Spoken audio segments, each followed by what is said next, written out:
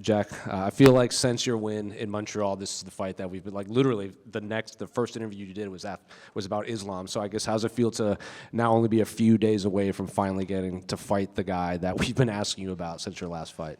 Yeah, I'm super excited. It's obviously a big challenge. One of the best fighters ever in the UFC, so I look forward to testing myself against him. Another thing you said after your win in Montreal is that you thought that fight was a good kind of test to prepare for Islam. So going back and rewatching that, do you still feel like that, or was that just kind of in the moment you felt like that? I think it was like a grappler, forward pressure sort of fighter, 5 rounds. So yeah, it was a good test.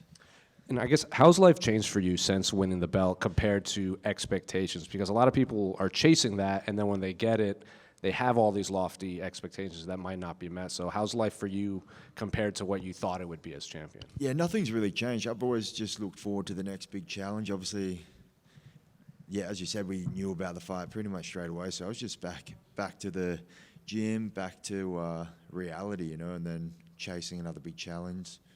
And just, seeing all the interviews you and your team have done is you are extremely confident in this fight. It's like when I beat him, when I knock him out, when I finish him. So I guess what are you seeing from Islam that gives that much confidence that other people haven't been able to crack in there? I mean, I just believe in myself, believe in the team, trust the process. And a lot of Islam's past opponents, we always ask them oh, how do you stop the takedown? How do you stop the takedown? And it seems like you and your team are very much like, well, we might get taken down, but we can get it back up very quickly. Maybe Islam's other opponents are more worried about the takedown and not getting back up. Do you agree with that kind of assessment? For sure. Going in there 5 rounds of Islam, you got to expect to at least hit the ground at some point. He's battle tested. He's been in there against some of the best guys, so expect to hit the ground, but it's what you can do with that. Obviously, perfect world, we keep him away, not be able to hit the ground. But yeah, we expect a full mixed martial arts battle. We've also heard that narrative that Islam kind of slows down in the later rounds. Do you think that's kind of a fair assessment, given he did finish Dustin late in the fight and he did go 5 rounds with Volkanovski? Yeah, for sure. I mean, everyone sort of slows down in 5 rounds, so yeah, we'll trust the game and we'll slow him down. When do we get the just keep pinging the cunt shirts? They're out. Yeah. Can we get them in America, though? Yeah, I'm sure you can. Appreciate you. Jack Rea, when Islam decided to move up in the division, he said he looked at the whole division and he didn't see anybody that can give him a tough fight. What's your response to that? I mean, we'll see. I think, yeah, I've got the skills. I think I think everyone can give people tough fights. I think if he's not expecting a tough fight, he'll be in for a rude awakening. A lot of people are taking you to win. A lot of the assessments I hear, a lot of people say that the reason why you're going to win is what you did to Belal. They said that Belal fights very similar to Islam. Obviously, they've trained together. Do you think that's a fair assessment? I think it's a different matchup. I think some things Belal does better than Islam, and there's a lot of things that Islam does better than Belal. So, yeah, we're expecting a tough fight. Obviously, you've talked to Alex Volkanovski. You're close.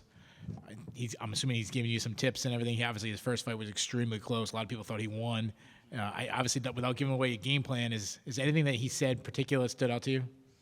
No, I mean, we spoke in depth, about went into depth about what Islam's strong at, things he maybe he didn't expect in the fight that he was good at. So, yeah, we came together with the team and sussed out a good game plan. He was just asked Islam, after he fights you, if he wins, who does he want to defend the belt against? He mentioned Kamaru Usman. Obviously, this card is loaded with other welterweights. If you had a choice, who would you pick? I mean, it just depends. I guess it sort of depends how the next few weeks play out. Obviously, yeah, I think after the next 14 days, the top 5 will look a lot different. So we'll see who prevails with the cleanest performance. And my last question, obviously, you're here, Madison Square Garden, doesn't get bigger than that. You're going against, superstar in Islam Makhachev. A lot of people believe he's the pound-for-pound best. You beat him. I mean, what's better than that? How can you top that? Yeah, I know. It's a big challenge in a pretty iconic spot. So, yeah, I'm pretty excited to go out there and leave some of myself in MSG. Jack, over here to your right.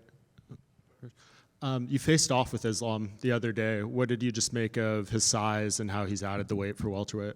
Not much. It's hard to sort of gauge. We're on top of a building. I was pretty freaked out about that, so it's hard to sort of gauge too much. Are you afraid of heights?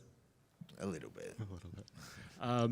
A lot made with Islam coming in here, you know, his shot for history, 2 belts, Anderson Silva's winning streak and everything. Today is the 32-year anniversary of UFC 1. For you, I'm sure you want to be one of the all-time greats as well. How important is winning this fight into what you want to make your career into? Yeah, massive legacy fight, you know, one of the best guys ever. Regardless of the result, he will go down as one of the greats. So, yeah, it's going to be a pretty good scalp on the resume. And I get the sense you don't care what anyone outside of your camp and yourself thinks and their opinions on this fight, but you're the betting underdog. But a lot of the fighters, you know, today at Media Day and interviews are picking you to win this fight. What do you think the fighters are seeing about you that maybe the fans or the people betting are missing? I feel like the fighters always tend to lean towards the champion, so not really paying too much attention. Jack, way in the back. I wanted to ask you about the statement where you had said that you were coming for his pound-for-pound spot. Obviously, there's so much on the line in this fight, the championship belt, the name, the pound-for-pound spot, all that stuff. But, like, where do you rank all these different things? Like, what do you want the most out of this victory? I mean, just to retain my belt, like, it doesn't really matter. I guess the pound-for-pound is very subjective. It doesn't really mean much. So just going in there, get the win over Islam is the #1 goal. And for you, the 2 blemishes that you have on your record, they were the first 2 pro fights. I feel like a lot of people, it'd be easy to give up back then and kind of say, maybe I'm not a fighter, et cetera, et cetera. But look where you're at now. So I guess how proud are you of the fact that you stayed consistent, you kept fighting after that tough, rough start to your career? Yeah, it was sort of a no-brainer. I still loved training, still wanted to compete more, so... Yeah, I guess there was a lot riding on that third fight. Maybe if that had have gone different, it would be a different story. But yeah, just sort of still loved the sport, trusted the team, so just stuck at it. And last question, obviously, like you said, you are the betting underdog, but there's a hell of a lot of people who expect you to win this fight. So I want to ask you, what's the roller coaster like of being a guy who was counted out, being doubted against Bilal, winning that fight, and now being a guy, obviously there are, you know, the underdog thing, but there's so many people that believe in you now. So what's that roller coaster like of that change? I mean, I still feel like I'm the underdog. I still have that underdog mentality. I feel like I've got everything to prove, so not much has changed. I mean, I enjoy the underdog role, so... Thank you, man. One last question. Yeah, Jack, over here on your left. Circling back to Volkanovski, how important would it be for you to get to avenge his couple of losses to Islam? Can you talk a little bit more about your relationship with him? Yeah, Volk's the man. He's obviously an inspiring character for an Australian. He's one of Australia's greatest athletes, I believe, so... Yeah, just be able to know him, call him a friend, and be able to watch him train is inspiring for me, and definitely shows the level like where you need to put yourself to get to the heights that he's got to. And then lastly, so much of these questions and so much of this week has been about Islam. Have you appreciated that? Is that nice for you that some of the spotlight is maybe taken off of you in your first defense, and he kind of has more of the pressure going into Saturday night? Yeah, I like that. That's good. Just one over here. So you're a very, very good champion. A lot of people didn't believe you could win the title. You want to win this fight, whatever happens. I wanted to ask you about the other welter guys, because this week and the other one is like, seems that the best guy will be the next. We are from Ecuador. I wanted to know, what do you think about Michael Morales, and if you see him as a potential #1? Yeah, for sure. He's a big, strong, powerful guy, so you got to respect that. And yeah, I expect him to definitely be. Yeah, it'll be an interesting fight, him and Brady. It's an interesting one. We'll see what happens. Thank you so much.